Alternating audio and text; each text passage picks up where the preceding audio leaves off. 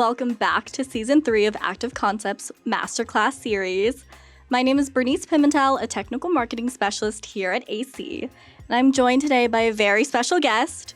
We have Kayla Patterson. Hi, Kayla. Hi, thank you so much for having me. Of course, thank you for joining us. Yes, anytime. Some of you might actually recognize Kayla because she helped open up our first episode of this season with Meg. They were talking about oily skin. So I thought it'd be a good full circle moment to have you come back and close out the season. Yes, I know. I'm so happy to be starting and ending. It's an honor. And can you talk through what you do here at Active Concepts? Yeah.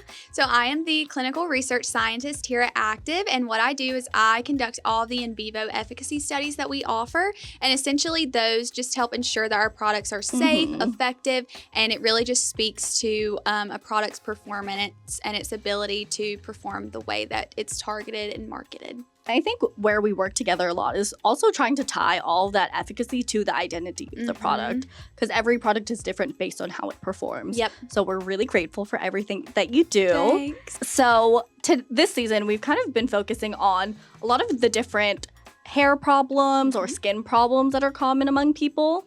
Like in the first episode, you talked about oily skin with Meg, which I watched because I needed. But today, we'll be talking about something on the other end of the spectrum, which is dandruff and hair loss.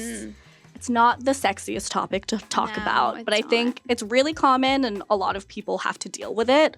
There's even an FDA monograph on it, which are kind of just like the regulations and guidelines for OTC products that are marketed towards anti-dandruff and anti-hair loss. So it's a really big thing, especially with the skinification of the scalp trend that's been up and coming. A lot of people have really been focusing on the health of their scalp, which is really important and really relatable to this topic, I think. So a lot of the studies that you focus on really kind of dig deep into the problems of hair care, right? Yep. But before we go into that, can you talk me through what exactly is hair loss and dandruff? Yes. Okay, so I'll start with dandruff first. Dandruff is, my favorite topic to talk about. It's just this flaky, like white or yellow skin that's just sitting on top of your scalp or your hair. And typically it's pretty visible to the naked eye. It is. And it's just essentially your scalp is just shedding dead skin cells more rapidly than it normally does. And that's usually a sign there's an issue going on. It can be itchy, red, irritated. And honestly, it does kill a person's confidence just to have that visibility. 100%. So dandruff is definitely something that's important to talk about, important to target and to treat. And then on the opposite end of that, we have hair loss, which is just basically the thinning and shedding of your hair. Hair loss, or I should say shedding, is natural to a certain degree. Like for instance, anytime I'm brushing my hair, or I run my fingers through my hair, I just have hair just coming out. I know, it's the worst. It's bad, but that doesn't necessarily mean that I have an issue going on. I think the issue is whenever you're starting to notice, like big clumps are coming out, there's patches on your hair where your hair is missing. That's really what is defined as hair loss, which again ruins a person's confidence and can be a sign there's a bigger issue going on with your scalp health. Yeah, and I think it really does come into play because people's hair can be a big part of their identity. It's a really defining characteristic. I mean, you have very beautiful hair, so I feel like when that's part of your identity and you lose it, then you're kind of lost and you don't really know what to do. So it's really important to make sure that you're maintaining the health of your hair, and I think that really correlates to the health of your scalp. Because a healthy scalp means healthy hair, right? So a lot of the focus that we're going to be talking about today is care for your scalp. So we were talking about dandruff and how it's a flaky substance that sheds off of your scalp. And I think one of the biggest things is that it's related to M. furfur or Malassezia furfur. It's actually a yeast that is naturally present on your scalp. It should be there. You want it to be there. But just like Goldilocks says, too much or too little, you have to be just right. And the overgrowth of M. furfur is actually bad because then it directly causes the formation of dandruff, right? With M. furfur, it actually feeds on the oil in your scalp. So anytime there's excess sebum present, then it's just growing and then promoting that dandruff on your hair. So you want to make sure that you're picking ingredients that really help to inhibit the growth of M. furfur. But luckily for us, we do have a test just for that, right, Kayla? Of course we do.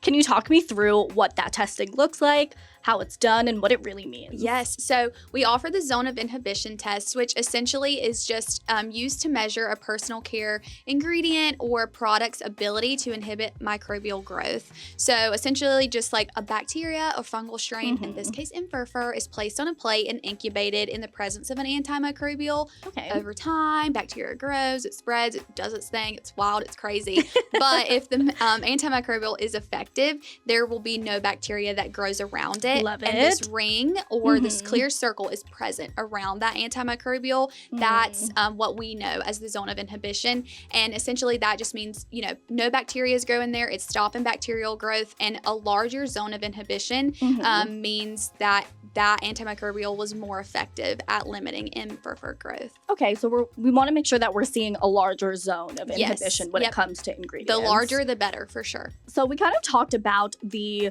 overgrowth of Emfurfur and how it feeds on oil. So I feel like dandruff is kind of a symptom of an underlying issue, like the excess production of sebum on your scalp. Can you talk us through the definition of what exactly sebum is? Yes. So I always like to think of sebum as just this natural oily secretion that your skin naturally makes. It's used to moisturize your skin, just helps keep all those bad bacteria and, fungal things out.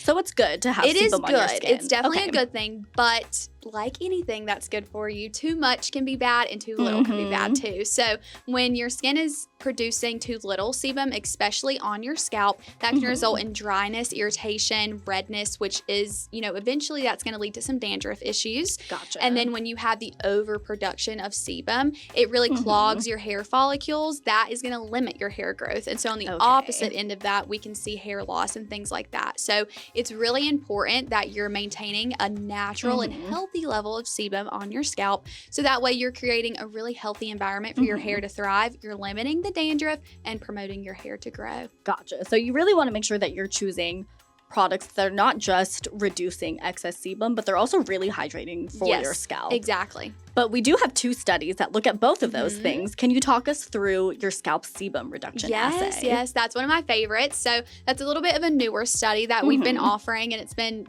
just really amazing to see in the pictures. Love to see the pictures. It's a great visual. It is when so you're looking nice. at it. Kind of gross, but cool. It's kind of disgusting, but it's really nice to look at. So for this one, it's over the course of 2 weeks. We take magnified images of participants' scalps at baseline. So before any product is applied, half of our participants are going to apply, a shampoo and conditioner with an active ingredient that's used to limit or regulate the amount of sebum that's on your scalp. And then the other half of participants are using a base shampoo and conditioner that we formulate in-house. They don't know what they're using. No bias is going on here.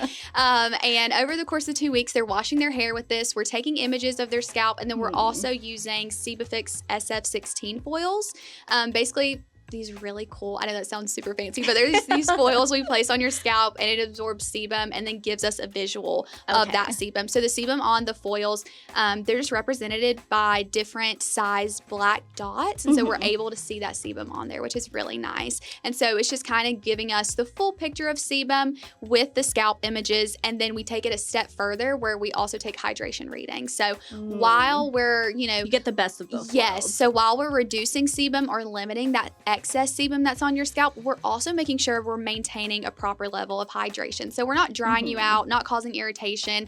That really gives confidence to consumers and brands that the product that they're using, it's not going to take you from one opposite end of the spectrum to the very other. It's really going to give you that nice balance. So you want to be kind of right in the middle of not too much sebum, but then not too much dryness on your scalp.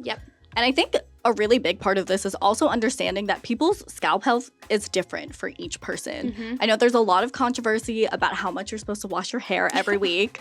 I'm an every other day girler. I will wash it every other day. What about you, Kayla? I'm like a twice a week girl. Like my dry shampoo does the most in between my wash. See, I wish I would use a dry shampoo and that thing is not working. That's sad. So you really want to make sure that you're maintaining a regular wash schedule to, again, remove that excess sebum and then maintain and replenish that hydration.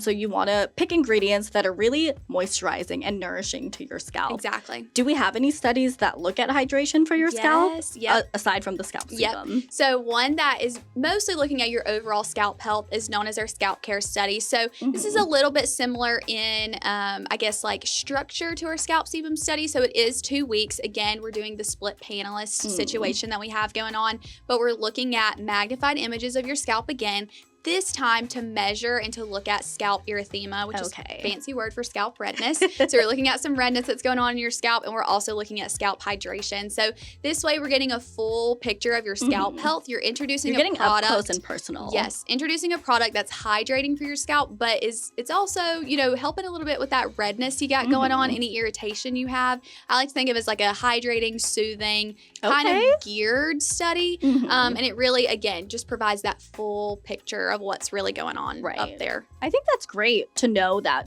not only are these tests looking at one benefit, but they're kind of looking at it in a holistic way, which is really, I think, the best way to approach hair care. Is you want to make sure that you're touching every common issue on your scalp just to make sure that you're hitting every problem. So we've talked a lot today about a lot of different problems, a lot of different tests. Can you run us through what exactly did we learn today? Yeah, I think we've learned a lot. So ultimately, I think one of the biggest things that we've learned, and what I, kind of like to think of any sort of scalp issues or studies that I'm looking at, your scalp is just the extension of your skin, and it should be treated 100%. That way. I feel like your scalp a lot of times is neglected, and it shouldn't be. It really is just as important. She needs love too, guys. Really, really bad.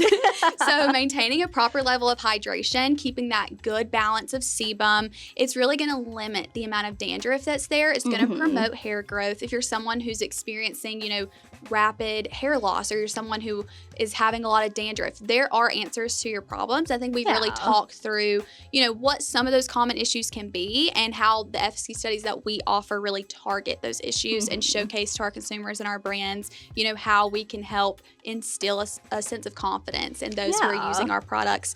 What they're doing is working, and you need them. So yeah, I think people should know that they're not alone with these problems. It does seem like you're alone, and it seems like nobody else is going through this, but I think a lot of people are. I know I am. So I think it's just really important to provide that education for everybody. Yes, agreed. So thank you so much for joining us today, teaching me and teaching our audience all about scalp care.